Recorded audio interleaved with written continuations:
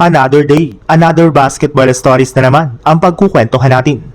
At ngayon nga ay pag-uusapan natin ang rason ng pagkakasweep ng Phoenix Suns at ang balitang malapit na nga pong makompleto ang lineup ngayon ng Los Angeles Lakers.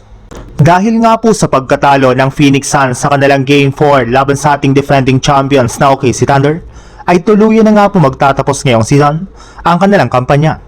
Magbabakasyon na nga po ang kanilang team at magbo-focus na lang sila sa pagbuo ng bagong lineup sa darating na off-season. Pero marami para naman nga pong hindi makapaniwala na hindi malang nakapalag ang Suns laban sa OKC Thunder matapos silang ma-4-0 o ma-sweep sa kanilang serye. Kaya ano nga ba talagang nangyari ngayon sa kanilang kupunan?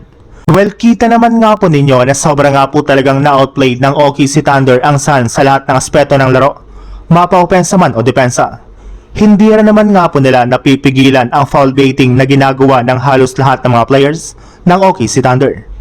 Bukod rin nga po dyan, hindi rin naman nga po naglaro sa kanilang serye ang kanilang starting center na si Mark Williams, kaya malaki nga po talaga ang kinahina ngayon ng kanilang lineup lalo na ng kanilang frontcourt. Kaya malinaw nga po na wala talagang palag ang Suns sa ating defending champions. Sa ibang balita naman, nakakuha pa nga po ng kaunting araw ang Lakers para sa kanilang dalawang player na sina Austin Reeves at Luka Doncic matapos nga po silang matalo sa kanilang Game 5 nung nakarang araw laban sa Houston Rockets.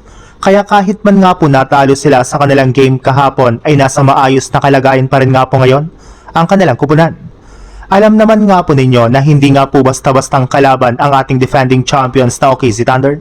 Kaya kailangan nga po talaga na buo at ready ang kanilang buong lineup kapag kakalabanin nga po nila ito sa isang 7-game series. In fact, base nga po sa nalabas pa lang na balita ngayong araw, sinimulan na nga po ni Luka Doncic ang kanyang on-court activity. Kaya isang magandang sinyalis nga po ito na maayos na nga po siyang nakakagalaw ilang linggo mula na magtamo siya ng hamstring injury. Sa madaling salita, bukod sa pinaghahandaan nga po ng Lakers ang kanilang Game 5 laban sa Rockets ay nagiging ready na rin naman nga po sila kontra sa OKC Thunder.